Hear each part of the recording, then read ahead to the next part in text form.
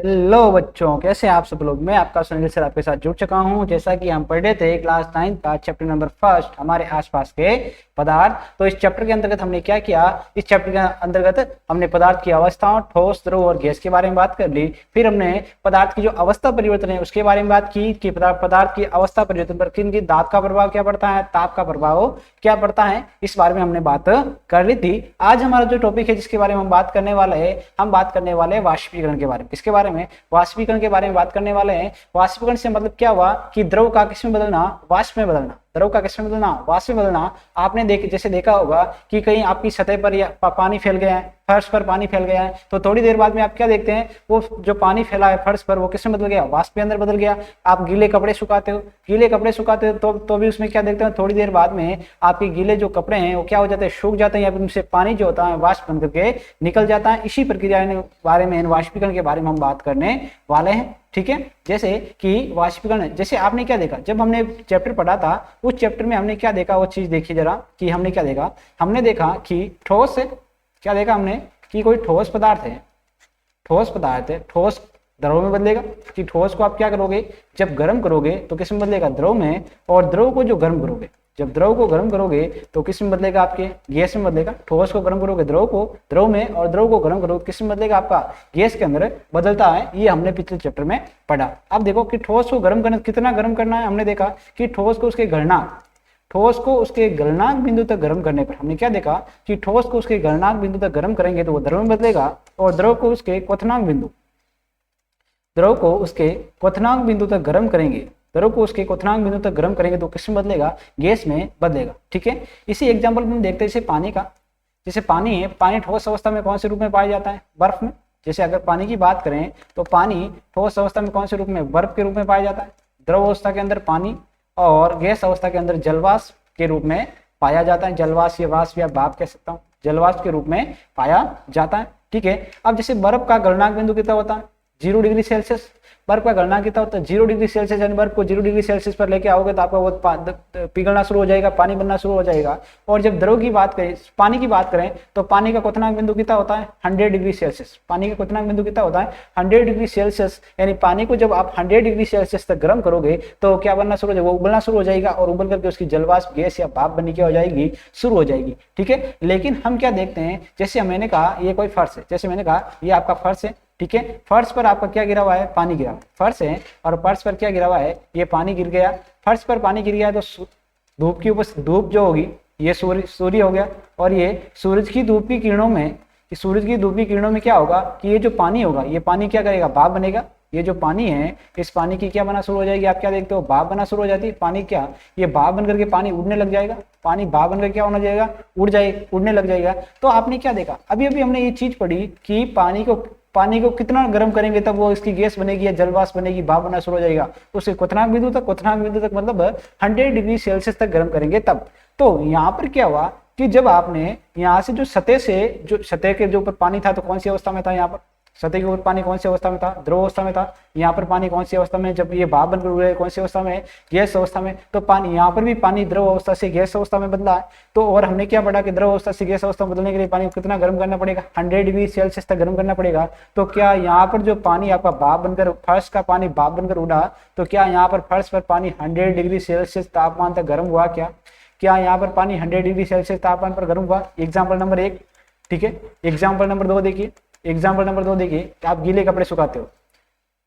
ये यहाँ पर आप क्या सुखा रहे हो, यहाँ पर आप गीले कपड़े सुखा रहे हो आपने। ठीक है, यहाँ पर आप शर्ट वगैरह गीले कपड़े ऐसे सुखाते हो, तो गीले कपड़े, ठीक है, गीले कपड़े, और गीले कपड़े सुखाते हो तो गीले कपड़ों के अंदर क्या होता है, पानी होता है। गीले कपड़े सुखाते हो, गीले कपड़ों में भी पानी होता है, नहीं होता है। ठीक है, और जब यहीं पर भी सेम गीले कपड़ों में पानी होगा, वही सूर्य का प्रकाश और सूर्य की धूप में क्या होगा, सूर्य की धूप में जो होगा ये गीले कपड़े, ये सूरज। ठीक है, सूर्य की धूप में क्या होगा, गीले कपड़ों से पानी जो है कौन सी अवस्था में, द्रव अवस्था के अंदर है, उसकी वो क्या बन जाएगा, वाष्प बन जाएगा। पानी क्या बन जाएगा, वाष्प बन जाएगा, यानी गैस अवस्था के अंदर पहुंच जाएगा। पानी का वाष्प में बदलना, ठीक है, पानी गैस अवस्था में बदलेगा। और ये यहाँ पर देखो, यहाँ पर भी पानी क्या है, द्रव, जो पानी है द्रव अवस्था किस में बदल रहा है, गैस में बदल रहा है। यहाँ पर भी पानी किस में बदल रहा है, द्रव वाष्प में बदल रहा है। तो पानी का वाष्प में बदलना, पानी का वाष्प में बदलना ही क्या कहलाता है, वाष्पीकरण कहलाता है। पानी का वाष्प में बदलना, पानी का वाष्प में बदलना ही क्या कहलाता है आपका, वाष्पीकरण कहलाता है, वाष्पीकरण, ठीक है। लेकिन यहाँ पर हमने क्या देखा, क्या आपका जो कपड़ों के अंदर का पानी जो है वो द्रव वाष्प में बदला, तो यहाँ पर क्या आपके कपड़ों के अंदर का पानी 100 डिग्री सेल्सियस तक तापमान पर गर्म हुआ क्या? हम यही चीज पढ़ते आ रहे हैं कि पानी को, यानी द्रव को, उसके पानी को 100 डिग्री सेल्सियस तापमान तक गर्म करेंगे तभी उसकी क्या बनेगी, जलवाष्प बनेगी, भाप बनना शुरू हो जाएगी। तो क्या यहाँ पर भी पानी 100 डिग्री सेल्सियस तापमान पर तक गर्म हुआ तब उसकी भाप बनी क्या? ऐसा होता है क्या? तो यहाँ पर ऐसा कभी नहीं होता। ऐसा क्या नहीं होता? ऐसा कभी नहीं होता। यानी गीले कपड़े सूखेंगे तो उसके अंदर का पानी 100 डिग्री सेल्सियस तापमान तक गर्म नहीं होगा। फर्श के ऊपर जो पानी है वो भी सूखेगा तो वहां पर उसका पानी 100 डिग्री सेल्सियस तापमान तक गर्म नहीं होता। इतना गर्म होगा तो कपड़े खुद थोड़े थोड़े जलने लगेंगे, ठीक है। अगर 100 डिग्री सेल्सियस तापमान गर्म करते रहे, कपड़ा गर्म होगा तो कपड़ा खुद जलने लगेगा, तो ठीक है। तो यहाँ पर जो कपड़ों से पानी सूखता है वहां पर पानी 100 डिग्री सेल्सियस तापमान तक गर्म नहीं होता। एक एग्जाम्पल और देखिए, एग्जाम्पल नंबर 3, जैसे नदी है, समुद्र है, नदी समुद्र है, उसकी सतह के ऊपर पानी है, ठीक है। अब ऊपरी सतह, कौन सी सतह? ऊपरी सतह का पानी कौन सी सतह का उठेगा? ऊपरी सतह का जो पानी क्या है, नीचे का पानी भाप बनेगा क्या? नहीं बनेगा। ऊपर वाली सतह का पानी भाप बनता है, ठीक है। तो ऊपरी सतह का जो पानी है वो किसकी उपस्थिति? वही सूर्य की धूप की उपस्थिति में क्या होगा, ऊपरी सतह का पानी क्या बनने लगेगा? ऊपरी सतह का पानी आप देखते हो क्या बनने लगेगा, आपका भाप बनने लगेगा। ऊपरी सतह का पानी क्या बनने लगेगा? ये भाप बनकर के ऊपर उठने लगेगा। तो क्या यहाँ पर जो पानी की ऊपरी सतह पर भाप बनी है, तो क्या यहाँ पर भी पानी 100 डिग्री सेल्सियस तापमान तक गर्म हुआ क्या? हम क्या देखते हैं, हमने क्या देखा कि समुद्रों से पानी भाप बनकर उड़ता है, फिर बादल बनते हैं, फिर बारिश होती है। तो क्या समुद्र का पानी 100 डिग्री सेल्सियस तापमान तक गर्म होता है क्या? समुद्र के अंदर कभी जाना है क्या? आप जितना उबला हुआ पानी गर्म होता है क्या समुद्र के ऊपर का पानी उतना गर्म देखा है क्या आपने कभी?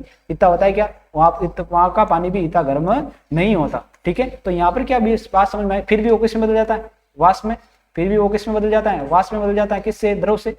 द्रव से फिर भी वो क्या बन जाता है? गैस बन जाता है। इसी प्रक्रिया को द्रव का गैस में बदलना क्या कहलाता है? आपका वाष्पीकरण कहलाता है।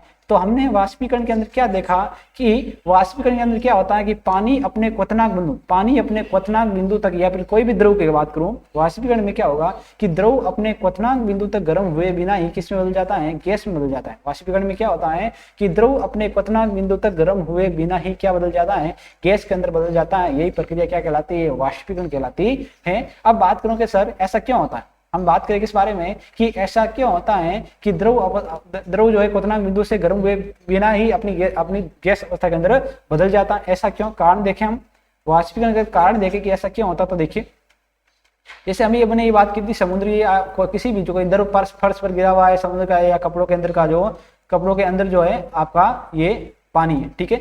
हमने एक चीज देखी थी, क्या चीज देखी? देखिए, हमने जब पदार्थ के बारे में या द्रव अवस्था के बारे में पढ़े थे तो हमने क्या देखा कि द्रव के जो कण होते हैं, हमने क्या देखा कि द्रव के कण क्या रहते हैं? निरंतर गतिशील। हमने क्या देखा था कि द्रव के कण निरंतर गतिशील रहते हैं। इसको आप एक प्रैक्टिकल के द्वारा भी देख सकते हो। एक कांच का गिलास ले लो, क्या ले लो? एक कांच का गिलास ले लो, और कांच के गिलास के अंदर आप क्या डाल दो? लाल दवा डाल दो। कांच के गिलास के अंदर आपने नीचे लाल दवा कुछ पाउडर डाल दिया, ठीक है। यहाँ पर नीचे क्या डाल दिया? लाल दवा का पाउडर डाल दिया। फिर ऊपर से आपने इसमें अंदर क्या डालो? ऊपर से आप इसके अंदर पानी डाल दो। इसके अंदर आपने इसके अंदर क्या डाल दिया? ऊपर से पानी डाल दिया गिलास के अंदर। तो आपने लाल दवा का पाउडर कहाँ डाला? गिलास के पेंदे के अंदर डाला। आपने इसे हिलाया नहीं, इस पाउडर को आपने ना हिलाया है और ना ही पानी को एकदम से डाला कि वो कण ऊपर आ जाए। आपने पानी को आराम आराम से उसके अंदर डाला, ठीक है, ताकि कण वो नीचे ही बैठे रहे, हिले नहीं वहां से, ठीक है। आपने पानी यानी कणों को बिल्कुल नहीं हिलाया, लेकिन फिर भी कुछ देर के अंदर बाद में आप क्या देखते हैं कि कुछ देर बाद में आप ये देखते हैं कि ये जो लाल दवा के कण है, कुछ देर बाद में आप क्या देखते हैं कि ये जो लाल दवा के कण है जो आपके पूरे द्रव के अंदर क्या हो जाते हैं? फैल जाते हैं, और पूरा पानी क्या हो जाता है? लाल हो जाता है। पूरा पानी क्या हो जाता है? लाल हो जाता है। ऐसा क्यों होता है कि लाल दवा के जो कण जो ठोस रूप में थे, लाल दवा के कण जो ठोस रूप में थे, वो जल के साथ में घुलकर किस अवस्था में बदल गए? द्रव अवस्था में बदल गए। जल के साथ में घुलकर के किस अवस्था में बदल गए? द्रव अवस्था के अंदर बदल गए। और द्रव अवस्था के अंदर हमने क्या देखा कि द्रव के कण निरंतर क्या रहते हैं? गतिशील रहते हैं। ये निरंतर गति करते रहते हैं। द्रव के कण निरंतर घूमते रहते हैं, इसलिए लाल दवा के कण भी घूमते फिरते पूरे द्रव के अंदर या पूरे ग्लास के अंदर क्या हो जाते हैं? फैल जाते हैं। पूरे ग्लास के अंदर क्या हो जाते हैं? फैल जाते हैं, ठीक है।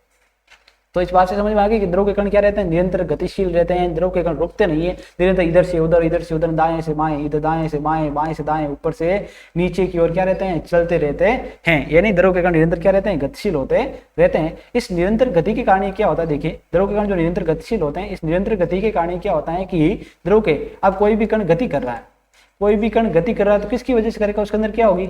गतिज ऊर्जा होगी। द्रव कोई भी कण गति कर रहा है मतलब उसके अंदर कोई एनर्जी होगी, ताकत होगी, तभी तो गति कर रहा है। कौन सी ताकत? गति करते हुए कण के अंदर कौन सी ताकत होती है या कौन सी ऊर्जा होती है? उसके अंदर गतिज ऊर्जा होती है। क्या होती है? गतिज ऊर्जा होती है। तो गतिज ऊर्जा के कारण ही क्या होता है कि जैसे ही इनको थोड़ी सी गतिज ऊर्जा आती है तो यहाँ पर होता क्या है वास्तव में कि जैसे ही वास्तव में क्या होता है, जैसे सूरज का प्रकाश है, वास्तव में यहाँ पर ये होता है कि जैसे ही इनको जैसे मैंने सेम ले लिया यहाँ पर, जैसे वास्तव में होता क्या है कि ये सूर्य है, ठीक है, जैसे इनको सूर्य का प्रकाश की थोड़ी सी धूप मिलेगी, जो ऊपर वाली सतह के कण है, इनको जैसे ही थोड़ी सी धूप मिलेगी, धूप आप जानते हो आपकी पूरे संसार को एनर्जी किससे मिलती है? सूर्य से। पूरे संसार को ऊर्जा सूर्य से मिलती है। तो जैसे ही इनको धूप मिलेगी, सूरज का प्रकाश मिलेगा, यानी पानी के ऊपर वाले कणों को क्या मिलेगी? ऊर्जा मिलेगी। पानी के ऊपर वाले कणों को क्या मिलेगी? ऊर्जा मिलेगी। और पानी के कण ऊपर वाले ऊर्जा मिलती है, ये क्या करने लगेंगे? और तेजी से गति करने लगेंगे। और तेजी से गति करने लगेंगे मतलब इसकी गतिज ऊर्जा क्या हो जाएगी? बढ़ जाएगी। और तेजी से गति करने लगेंगे मतलब इन कणों की जो गतिज ऊर्जा है वो क्या हो जाएगी? बढ़े। पहले ही अंदर थी थोड़ी बहुत गतिज ऊर्जा, बाहर से और मिल गई मतलब आपकी एक्स्ट्रा हो गई ना, तो गतिज ऊर्जा क्या हो जाती है? यहाँ पर बढ़ जाती है। अब गतिज ऊर्जा बढ़ेगी तो आपने देखा है कि आप जैसे यहाँ पर हमने क्या देखा, जब हमने आपका पदार्थ के बारे में पढ़ा तो पदार्थ के जो अभिलाक्षणिक गुण पढ़े थे, उन पदार्थ के अभिलाक्षणिक गुणों के में अभिलाक्षणिक गुण पढ़े थे, अभिलाक्षणिक गुण, उसमें एक चीज पढ़ी थी। क्या चीज पढ़ी थी वहां पर? उसमें एक चीज पढ़ी थी कि पदार्थ के कण एक दूसरे को क्या करते हैं? आकर्षित करते हैं। पदार्थ के कण एक दूसरे को, क्या पढ़ी थी कि पदार्थ के कण एक दूसरे को क्या करते हैं? आकर्षित करते हैं। आकर्षित करते हैं मतलब पदार्थ के कण एक दूसरे को क्या करते हैं? बांध के रखते हैं, एक दूसरे से दूर नहीं जाने देते। तो सपोज की समझिए कि आप कोई दो दोस्त हैं, दो दोस्त, अपने आप को कण समझिए, आप दोनों एक दूसरे का हाथ पकड़ के रखते हैं। आप दोनों क्या रखते हैं? एक दूसरे का हाथ पकड़ के रखते हैं। आप चुपचाप बैठे हाथ पकड़ के रखेंगे, एक दूसरे को कहीं दूर नहीं जाने देंगे, लेकिन आप दोनों में अंदर एनर्जी आने की, गतिज ऊर्जा आने की वजह से कण भी क्या होते हैं? जो कणों की क्या होगी? गतिज ऊर्जा बढ़ जाएगी। गतिज ऊर्जा बढ़ेगी मतलब कण तेजी से गति करने लगेंगे। तो आप भी अगर मानो तेजी से गति कर रहे हो मतलब जो ऐसे हाथ पकड़ के आप तेजी से घूम रहे हो, तब तेजी से घूमेगो, आप ज्यादा तेजी से घूमेगो तो एक पल क्या आएगा कि आपका हाथ छूट भी सकता है, नहीं छूट सकता, आपका हाथ छोड़ सकता है, नहीं छोड़ सकता है, छूट सकता है। वही यही चीज कणों के साथ में होती है कि कण जब उनके अंदर गतिज ऊर्जा कम होती है तो एक दूसरे को बांध रखते हैं, आकर्षण बल के द्वारा एक दूसरे से दूर नहीं जाने देते। लेकिन जब उनकी गतिज ऊर्जा बढ़ जाती है तो वो तेजी से गति करने लगते हैं, और एक पल ऐसा आता है कि उनकी गतिज ऊर्जा के कारण ये कण, उनकी गतिज ऊर्जा के कारण, जैसे ये एक कण ए हो गया और ये दूसरा कण हो गया बी, ये दूसरा कण को क्या हो गया? बी हो गया, ठीक है। ये दोनों आपस में बंधे हुए थे, ये दोनों आपस में क्या हुए थे? ये आकर्षण बल के द्वारा ऐसे बंधे हुए थे। लेकिन गतिज ऊर्जा किसके कारण? गतिज ऊर्जा के कारण ये क्या होता है कि जैसे ये कोई भी एक कण है, वो पहले ये जो कोई भी जो कण है वो क्या होगा कि इससे यहाँ से क्या हो जाएगा? मुक्त हो जाएगा। ये कण यहाँ से मुक्त हो जाएगा और ये क्या हो जाएगा? अलग हो जाएगा। और जैसे ही कण मुक्त होगा, जैसे ही कण दूसरे कणों से मुक्त हो जाएगा, दूसरे कणों से अपना हाथ छुटा करके अपना दूसरे कणों के आकर्षण बल से छूट जाएगा, तो वो अलग हो जाएगा उनसे। जैसे ही छूटेगा तो कण क्या हो जाएगा? अलग हो जाएगा। और अलग हुआ कण क्या करेगा? गति करेगा। अलग हुआ कण और तेजी से क्या करने लगेगा? गति करने लगेगा। और गति करता हुआ कण में गतिज ऊर्जा बढ़ेगी, और गतिज ऊर्जा बढ़ेगी मतलब कणों की ऊर्जा बढ़ेगी, और ऊर्जा बढ़ेगी तो कण क्या होंगे? गर्म होंगे। ऊर्जा बढ़ेगी मतलब कण गर्म हो रहे हैं। और जैसे ही आप जानते हो कि द्रव की ऊर्जा, द्रव के कणों की, आप जानते हो कि कोई भी द्रव का कण है क्या कि द्रव है, और द्रव के कण की क्या बढ़ेगी? अगर ऊर्जा बढ़ रही है, द्रव के कण की ऊर्जा बढ़ेगी तो, और द्रव के कण की ऊर्जा बढ़ेगी मतलब वो ज्यादा गर्म होगा। और द्रव के कण की ऊर्जा बढ़ते ही वो किस में बदल जाएगा? आपके द्रव का कण गैस में परिवर्तित हो जाएगा। किस में बदल जाएगा? गैस में परिवर्तित हो जाएगा। तो इसी प्रकार ये होता है कि कण आपस में बंधे रहते हैं, लेकिन ऊपर वाली सतह के जो कण हैं उनको सूर्य के प्रकाश की वजह से उसकी गतिज ऊर्जा बढ़ जाती है, और गतिज ऊर्जा बढ़ने की वजह से ये कण आपस में अपना आकर्षण बल के द्वारा जो बंधे होते हैं उस बंध को तोड़ देते हैं, या वो बंध टूट जाते हैं और कण अलग हो जाता है। और अलग होने की वजह से कण की ऊर्जा बढ़ जाती है। ऊर्जा बढ़ने की वजह से कण क्या होगा? जो द्रव का कण होगा वो किस में बदल जाएगा? आपकी गैस, उस गैस में परिवर्तित हो जाएगा, ठीक है। द्रव का कण किस में परिवर्तित हो जाएगा? गैस में परिवर्तित हो जाएगा। उसकी क्या बन जाएगी? उसकी वाष्प बन जाएगी। उसको उसका क्वथनांक बिंदु तक गर्म होने की क्या नहीं पड़ेगी? जरूरत ही नहीं पड़ेगी। थोड़ी सी ऊर्जा मिलते ही वो क्या अपना बंध तुड़ा लेगा कि वो किसी में द्रव अवस्था से गैस अवस्था में बदल जाएगा। ये कौन सी प्रक्रिया है? वाष्पीकरण है, ठीक है। इसमें अब वाष्पीकरण को कौन कौन से कारण प्रभावित करते हैं उसके बारे में भी बात करने वाले हैं। इसको जरा ये लिख लीजिए आप, जो अभी जो चीज समझाई है उसको हम जरा अपने नोट्स के अंदर लिख देते हैं। उसको जो जैसे मैं लिख रहा हूं आप भी वैसे लिखते रहिए। तो चलिए मैं वाष्पीकरण की परिभाषा लिख देता हूं। यहाँ पर वाष्पीकरण की परिभाषा क्या हो जाएगी कि वाष्पीकरण की परिभाषा क्या हो जाएगी कि द्रव का उसके क्वथनांक बिंदु द्रव का उसके क्वथनांक बिंदु तक गर्म हुए बिना, द्रव का उसके क्वथनांक बिंदु तक गर्म हुए बिना वाष्प में, वाष्प यानी गैस, वाह आधा षटकोण वाला वाष्प यानी गैस में परिवर्तित होना, गैस में परिवर्तित होना वाष्पीकरण, गैस में परिवर्तित होना क्या कहलाता है? वाष्पीकरण कहलाता है। गैस में परिवर्तित होना वाष्पीकरण कहलाता है। आगे की परिभाषा समझ में, ठीक है।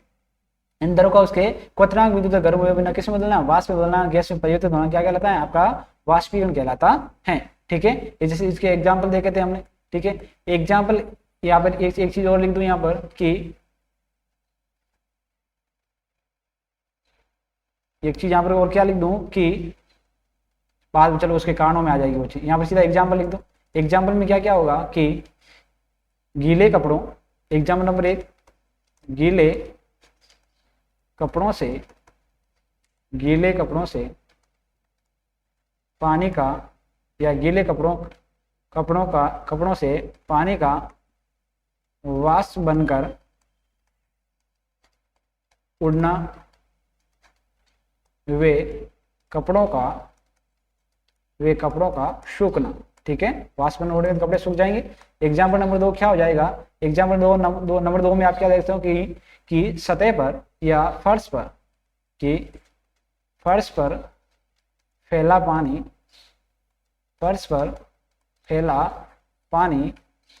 कुछ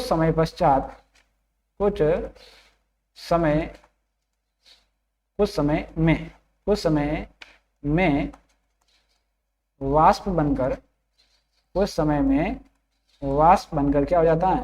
वाष्प बनकर उड़ जाता है। कुछ समय में वाष्प बनकर क्या हो जाता है? वाष्प बनकर उड़ जाता है, ठीक है। अब मैं बात करने वाला, ये तो हो गई हमने वाष्पीकरण की परिभाषा हो गई और वाष्पीकरण के एग्जाम्पल हो गए, ठीक है। मैंने उसको समझा दिया था आपको पूरी अच्छी तरीके से, ठीक है। अब मैं बात करूँ किसके बारे में? वाष्पीकरण के कारणों के बारे में। वाष्पीकरण को प्रभावित करने वाले कारक, हेडिंग डाल सकते हैं आप, वाष्पीकरण को प्रभावित करने वाले कारक।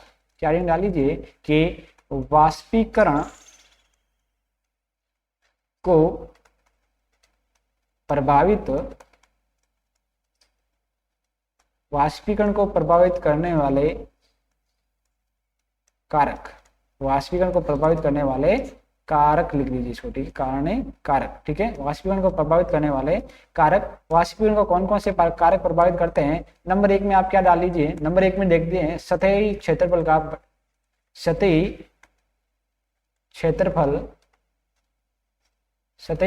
में वृद्धि।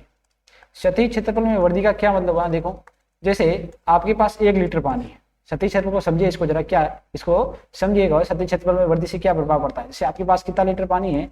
आपके पास 1 लीटर पानी है, ठीक है। आपने इस 1 लीटर को पानी को एक तो किसके अंदर बदल दिया, एक बोतल के, इस 1 लीटर पानी को आपने एक तो इस बोतल के अंदर भर दिया, ठीक है, ये बोतल के अंदर भर दिया। फिर सेकेंड आपने क्या किया? आपने इस 1 लीटर को पानी एक पतीले के अंदर भर दिया। 1 लीटर पानी को किसके अंदर भर दिया? एक पतीले के अंदर भर दिया, ठीक है, ये पतले के अंदर भर दिया। तीसरा आपने क्या किया? इस 1 लीटर पानी को एक कोई बड़ा सा बर्तन ले लिया, जैसे परातनुमा है, इसके अंदर ऐसे भर दिया, ठीक है। और फिर आगे 4th नंबर में क्या किया? आपने इस 1 लीटर पानी जो है, इसको पूरे 1 लीटर पानी को उसको पूरे फर्श पे फैला दिया। पूरे फर्श पर क्या हो दिया? फैला दिया। पूरे फर्श पर क्या हो दिया?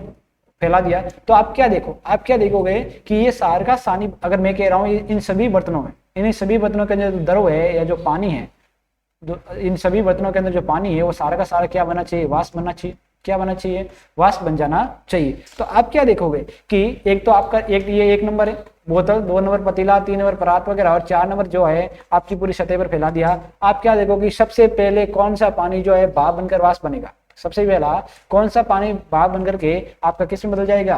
भाप बनकर के वाष्प में बदल जाएगा। तो आप क्या देखोगे? आप ये देखोगे कि सबसे पहले कि ये 1 नंबर, यानी सबसे पहले 1 नंबर मतलब है जो सबसे पहले जो आपने फर्श पर पानी फैलाया है, जो आपने फर्श पर पानी फैलाया वो सबसे पहले भाप बनेगा और पूरा का पूरा वाष्प में बदल जाएगा। सेकंड नंबर पे कौन सा, कि आपने जो परात वगैरह में डाला है पानी वो बाद में, वो सेकंड नंबर पे वो वाष्प बनकर उड़ जाएगा। थर्ड नंबर पे कौन सा देखोगे, पतीले के अंदर जो पानी डाला वो भाप बनकर उड़ेगा। और सबसे लास्ट में या अंतिम में क्या देखोगे, जो बोतल के अंदर पानी है वो क्या बनेगा, भाप बनकर के उड़ेगा, वाष्प बनकर के उड़ेगा। आपने बोतल का ढक्कन खुला रखा है, ऐसा नहीं बंद, ठीक है, भाप बन के उड़ेगा। तो ऐसा क्यों हुआ, पानी सब में अंदर कौन कितना था, 1-1 लीटर, सबके अंदर 1-1 लीटर पानी था, लेकिन सब में अंदर उसके जो दरों का वाष्प बदलने की जो समय था सबका अलग अलग लगा। क्यों लगा, और उसमें समय में ही आपने क्या देखा कि जिसका सतह का क्षेत्रफल, सतह का मतलब ऊपर का क्षेत्रफल, यहाँ पर देखो पानी का क्षेत्रफल कितना था, यहाँ पानी कितने एरिया के अंदर फैला हुआ था, यहाँ पर पानी इतने एरिया के अंदर फैला हुआ था, इसमें पानी इतने एरिया में फैला हुआ था, इसमें पानी इतने एरिया में फैला हुआ था, और इसमें पानी सिर्फ इतना सा एरिया में फैला हुआ था, ठीक है। तो इसमें हमने क्या देखा कि जिस एरिया का या यहाँ पर पानी अगर अधिक फैला हुआ है, या पानी का जो सतही क्षेत्रफल है, पानी का सतही क्षेत्रफल, ऊपर का क्षेत्रफल, ऊपर का एरिया जो है जिसका अधिक है, वहां पर वाष्प बनने की प्रक्रिया भी क्या होगी, अधिक होगी। यानी सबसे पहले क्या बनेगी, पानी से वाष्प बनेगी। तो इसे हम क्या देखते हैं कि सतही क्षेत्रफल बढ़ने पर आपकी जो वाष्प बनने की प्रक्रिया क्या होती है, तेज होती है, ठीक है, क्या होती है, तेज होती है। तो ये चीज हम यहाँ पर लिख देते हैं, ठीक है, यहाँ पर ये चीज हम यहाँ पर लिख देते हैं कि आपका, ये चीज हम यहाँ पर लिख देते हैं कि क्या होगा कि आपका जो ये क्षेत्रफल है, सतही क्षेत्रफल में वृद्धि के कारण क्या होगा कि वाष्प बनने की प्रक्रिया क्या होगी, तेज होगी। ये चीज यहाँ पर लिख देते हैं। चलो लिख दिए कि, लिख दीजिए कि सतही क्षेत्रफल, सतही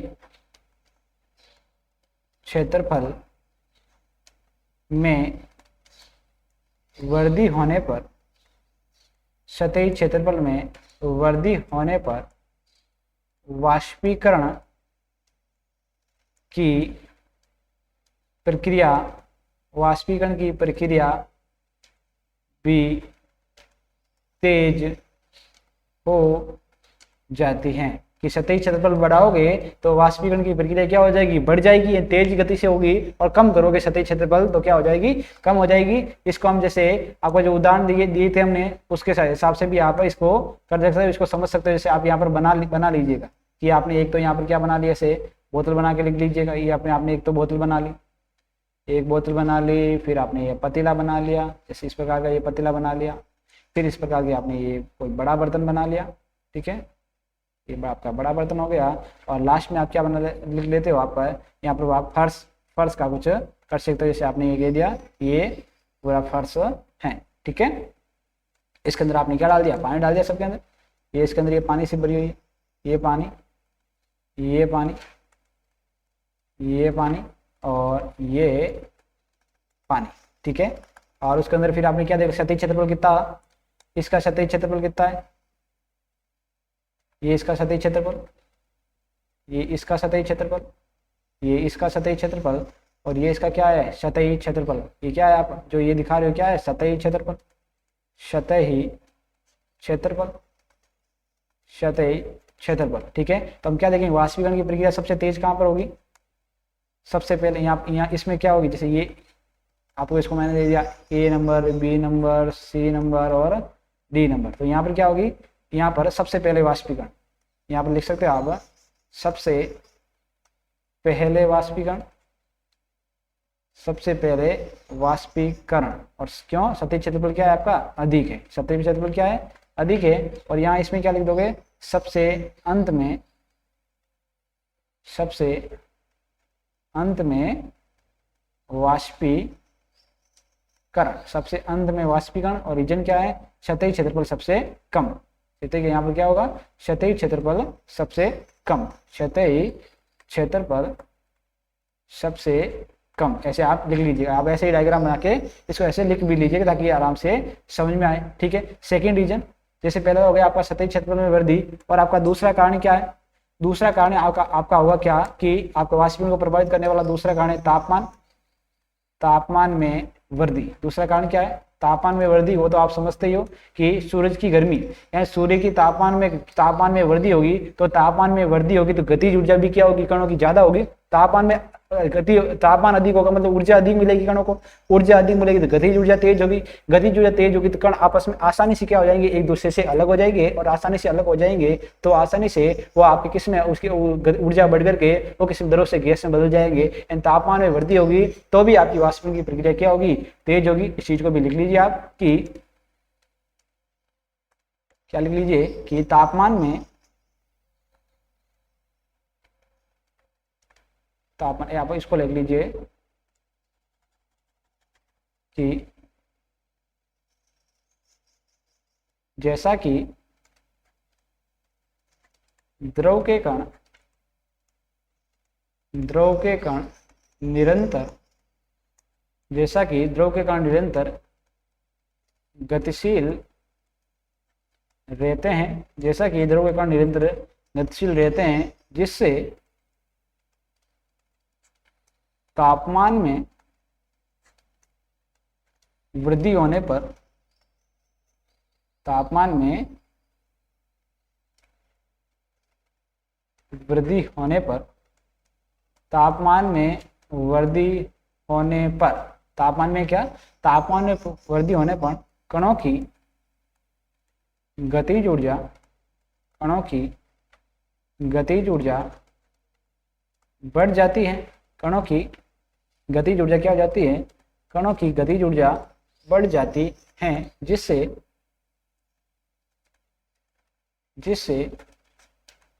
कण आसानी से, जिससे कण आसानी से एक दूसरे के आकर्षण बल से मुक्त, एक दूसरे के आकर्षण बल से मुक्त हो जाते हैं और बढ़ी हुई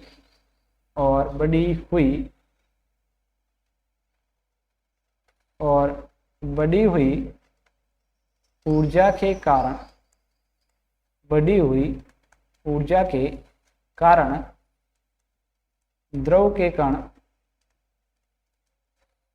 गैस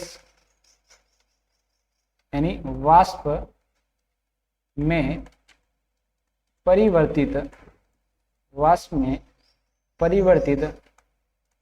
हो जाते हैं।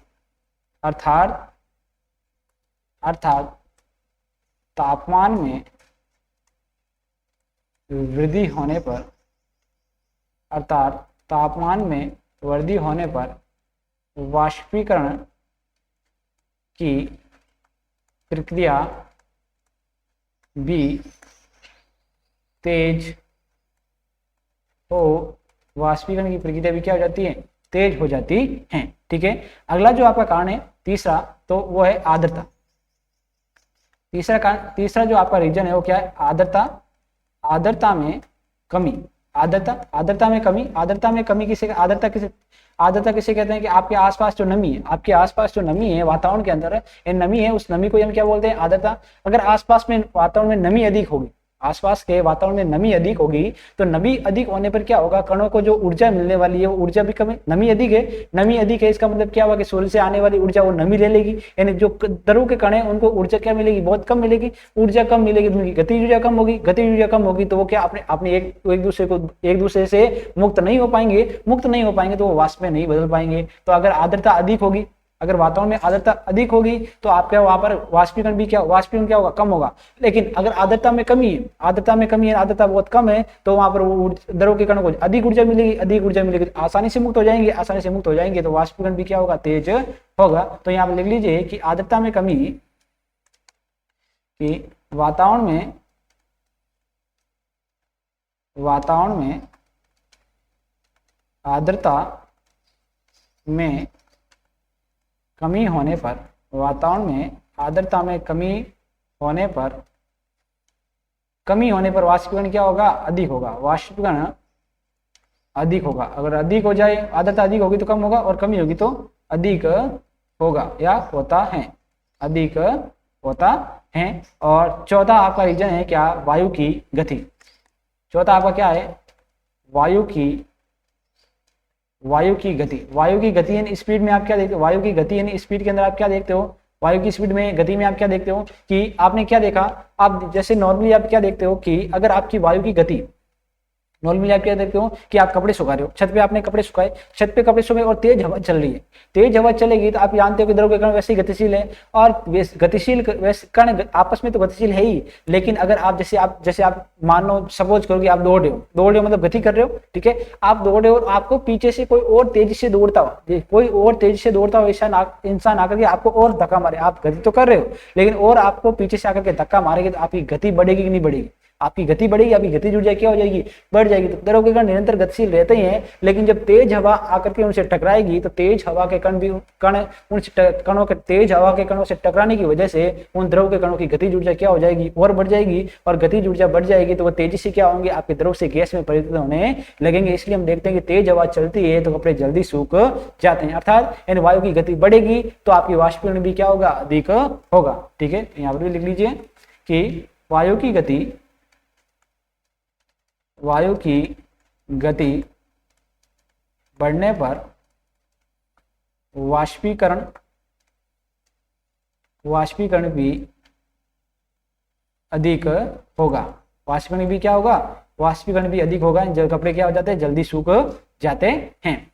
एक चीज आप देखिए यहाँ पर, जैसे अब ये तो हो गया वाष्पीकरण के कारण, और एक चीज आप यहाँ पर ये भी देखिए कि आप जैसे एग्जाम्पल में देखो कि आपका जो गिलास है या बर्फ का गिलास है, बर्फ का गिलास या बर्फ की कोई बोतल है, उसके अंदर चारों ओर जो पानी की, वो उसको फ्रिज से बाहर निकालते हैं तो चारों ओर पानी की बूंदे आ जाती है।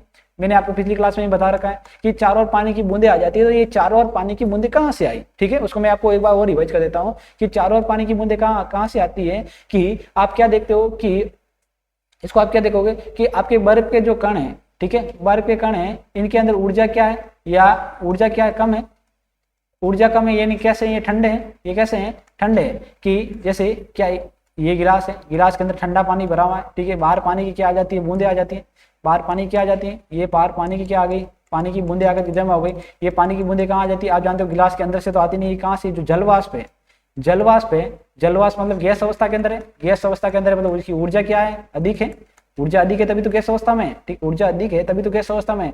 जब ये जलवाष्प इस ठंडे गिलास से आकर के टकराती है, जब ये जलवाष्प किससे टकराती है, जब ये जलवाष्प इस ठंडे गिलास से आकर के टकराती है तो आपके जो ठंडा गिलास है, इस ठंडे गिलास के जो कण है, इस कणों की जो ऊर्जा क्या है, कम है, इन कणों की ऊर्जा क्या है, कम होने की वजह से ये कौन सी अवस्था में, द्रव अवस्था में या फिर आपकी ठोस अवस्था के अंदर है, ठीक है। लेकिन जब जलवाष्प के कण इससे आकर के टकराते हैं तो जलवाष्प के कणों के अंदर जो ऊर्जा है वो ऊर्जा कौन ले लेता है, आपके ये जो ठंडे कण है ये ऊर्जा ले लेते हैं, जो ठंडे कण है वो क्या कर लेते हैं, ऊर्जा ले लेते हैं, और ऊर्जा लेने की वजह से जो जलवाष्प के जो कण है, इन जलवाष्प के कणों की जो ऊर्जा है क्या आ जाती है, कमी आ जाती है। आपके पास कुछ पैसा है, आप अपना पैसा किसी और को दे दोगे तो आपके पास तो कमी आ जाएगी ना, तो जलवाष्प की जो ऊर्जा है, ऊर्जा को जब इससे ठंडे कणों से आकर के टकराती है तो इसकी ऊर्जा ये ठंडे कण ले लेते हैं, जिसकी वजह से जलवाष्प की ऊर्जा के अंदर कमी आ जाती है, और जलवाष्प की जैसे ही ऊर्जा के अंदर कमी आएगी तो वो अपनी अवस्था परिवर्तित करेगा, ठंडे होने लगेंगे, ऊर्जा में कमी मतलब ठंडे होने लगेंगे, और जैसे ही ठंडे होंगे तो गैस किस में बदल जाएंगे, द्रव अवस्था में बदल जाएंगे, और द्रव अवस्था में बदल जाएंगे यानी तो द्रव अवस्था में बदल जाएंगे और इस गिलास के चारों ओर बूंदों के रूप में जमा हो जाएंगे, और गैस तो हमें दिखाई नहीं देती, लेकिन जैसे ही वो द्रव अवस्था में चेंज होगी, जलवाष्प जैसे ही द्रव अवस्था बदलेगी हमें क्या होने लगेगी, दिखाई देने लगेगी, ठीक है। इसे आप देखो यहाँ पर हैशटैग करके अलग से लिख लो, हैशटैग करके यहाँ पर आप लिख लो इस चीज को कि जब जलवाष्प के अधिक ऊर्जा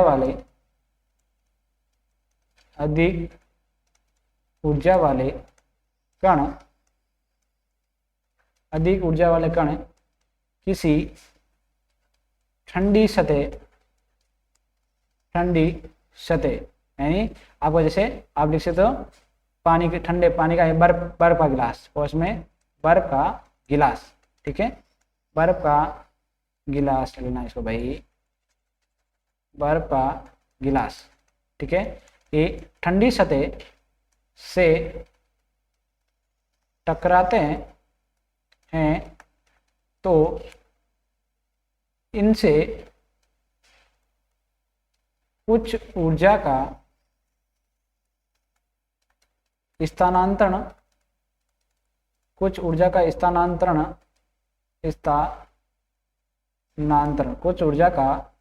स्थानांतरण, ठीक है, ठंडे कणों में हो जाता है, जिससे उनकी ऊर्जा में कमी हो जाती है, जिस कारण वे सतह पर द्रव बूंदों के रूप में दिखाई देने लगते हैं। ठीक है, आप एक चीज को और समझिएगा यहाँ पर, जैसे आपने यहाँ पर एक चीज पार्ट में, आप इस पार्ट में आप क्या देखोगे, आप नाम सुनोगे एक तो डिग्री सेल्सियस, ठीक है, एक तो आप क्या नाम सुनोगे, एक तो आप नाम सुनोगे डिग्री सेल्सियस और एक नाम क्या सुनोगे, केल्विन। ये दोनों क्या है, तापमान के मात्रक, दोनों क्या है, तापमान के मात्रक। ठीक है, इन दोनों में आपको तुलना करने के लिए दे देगा, ये डिग्री सेल्सियस केल्विन बदलिए, केल्विन को डिग्री सेल्सियस बदलिए, ये चीज कह देगा। तो यहाँ पर आपको क्या याद रखना है, सबसे पहला आपको पॉइंट याद रखना है कि जो आपका, जैसे बात करूं मैं 0 डिग्री सेल्सियस की, 0 डिग्री सेल्सियस बराबर कितने केल्विन होता है, तो 0 डिग्री सेल्सियस बराबर होता है -273 केल्विन। 0 डिग्री सेल्सियस बराबर क्या होता है, -273 केल्विन। 0 डिग्री सेल्सियस अगर तापमान है, उसको अगर केल्विन में पूछे तो कितना होगा, -273 केल्विन। ठीक है, और जैसे अगला क्या याद रखोगे कि आपका, अगर आपको निकालना है, जैसे आपको दे दिया डिग्री सेल्सियस, दे दिया कि डिग्री सेल्सियस दे दिया, ठीक है, उसको केल्विन में बदलिए, डिग्री सेल्सियस को दे दिया और आपको क्या बदले, केल्विन बदलेगा। तो डिग्री सेल्सियस केल्विन में बदलना है तो आपको क्या करना है, जैसे आपको डिग्री सेल्सियस की आपको केल्विन दे दिया, कि इतने डिग्री केल्विन, उसको डिग्री सेल्सियस में बदलिए। तो केल्विन को डिग्री सेल्सियस में बदलने का फॉर्मूला क्या है कि जितने भी आपके पास में केल्विन दे रखे हैं, उस केल्विन में से आप क्या कर दो, 273 को क्या कर दो, माइनस कर दो। केल्विन में से 273 को माइनस कर दो, पीछे जो बचेगा वो किसका मान होगा, आपका डिग्री सेल्सियस का मान होगा। ये तो किसका फॉर्मूला हो गया, केल्विन से डिग्री सेल्सियस निकालने का। और अगर आपको उल्टा पूछ ले, यानी केल्विन से डिग्री सेल्सियस पूछ ले या फिर डिग्री सेल्सियस से केल्विन पूछ ले, अगर पूछ ले कि केल्विन निकालना है और क्या दे रखा आपको, डिग्री सेल्सियस पसंद में केल्विन निकालना है, डिग्री सेल्सियस पसंद में दे रखा है, तो उसमें क्या करना है आपको, इसके अंदर 273 क्या कर देने हैं, ऐड कर देने हैं। आप केल्विन के अंदर के जो डिग्री सेल्सियस है, डिग्री सेल्सियस में 273 ऐड कर दोगे तो क्या आ जाएगा, आपके पास केल्विन का मान आ जाएगा। ये 3 फॉर्मूले आपको 1, 2 और 3 फॉर्मूले आपको याद रखने। जैसे एग्जांपल के रूप में आपको बता दूं, जैसे आपको दे दिया पर्सन ए दे दिया कि आपके पास 300 केल्विन है, क्या है कि 300 केल्विन है, इसको किस में बदलना है आपको, 300 केल्विन को डिग्री सेल्सियस में बदले। 300 केल्विन को क्या करें, डिग्री सेल्सियस में बदले। तो बस कुछ नहीं करना है, डिग्री सेल्सियस वाला फॉर्मूला लगाना कि डिग्री सेल्सियस क्या फॉर्मूला लगाना कि डी सी बराबर के माइनस 273। तो डिग्री सेल्सियस बराबर केल्विन कितने दे रखे पर्सन में, 300 दे रखे हैं, माइनस के कितने करने हैं, 273। तो आपके पास डिग्री सेल्सियस कितना आ जाएगा आंसर, यानी आपको 25 और 2 27 आपका क्या आ जाएगा, आंसर आ जाएगा 27 क्या आ जाएगा आपके पास आंसर। ठीक है, तो आपका डिग्री सेल्सियस कितना हो जाएगा, 27। ठीक है, कितना हो जाएगा, 27 आपके पास जो है डिग्री सेल्सियस हो जाएगा। भाई ये आपका डिग्री सेल्सियस कितना हो जाएगा, 27 आंसर हो जाएगा। और अगर उल्टा पूछ ले अगर आपको दे दें जैसे कि 27, इसको भी उल्टा करके 27 डिग्री सेल्सियस, इसको किस में बदले, केल्विन में बदले, के मतलब केल्विन। ठीक है, के मतलब केल्विन, और यहाँ पर जो सी है, सी का मतलब है डिग्री सेल्सियस। क्या है, डिग्री सेल्सियस, डिग्री से अदल सेल्सियस। ठीक है, डिग्री सेल्सियस, इसको बदलना है आपको क्या करना है, बस डिग्री सेल्सियस केल्विन बदलना, के वाला फॉर्मूला लगाना है कि डिग्री सेल्सियस में क्या जोड़ दो आप, 273 जोड़ दो। तो के बराबर वही डिग्री सेल्सियस 27 है, 273 जोड़ोगे तो वापस से कितना आ जाएगा आपके पास, केल्विन 300 आपके पास क्या आ जाएंगे, आंसर आ जाएंगे। इस प्रकार आपको ये जो चेंज कन्वर्ट कर देना। 3 फॉर्मूले याद रखने हैं कि डिग्री सेल्सियस बराबर होता है -273 केल्विन, 0 डिग्री सेल्सियस बराबर -273 केल्विन होता है। सेकंड क्या याद, अगर डिग्री सेल्सियस निकालना है और केल्विन पर्सन में दे रखे हैं तो केल्विन में -273 घटा दो, और अगर केल्विन निकालना है और डिग्री सेल्सियस दे रखे हैं तो उसके अंदर 273 जोड़ दो। ठीक है, इस प्रकार आपका ये चैप्टर नंबर 1 पूरा हो जाता है। जैसे जैसे आपको पढ़ाया है वैसे पढ़ना है, और वैसे के वैसे कॉपी में आपको क्या करना है, नोट्स तैयार करने हैं। और ये सारे के सारे वीडियो जो है आपको एक प्ले लिस्ट के अंदर सीरीज से मिलते रहेंगे। आप क्लास जैसे science class 9th Hindi medium JEE की प्ले लिस्ट बनी हुई है नाम से, उसके अंदर ये आपको सारे के सारे वीडियो आप शुरुआत से लेकर अब तक जो डाले हैं सारे के सारे और आगे जो डालेंगे सब वीडियो आपको एक क्रम से मिल जाएंगे। ठीक है, अच्छे से पढ़ते रहिए, खुश रहिए।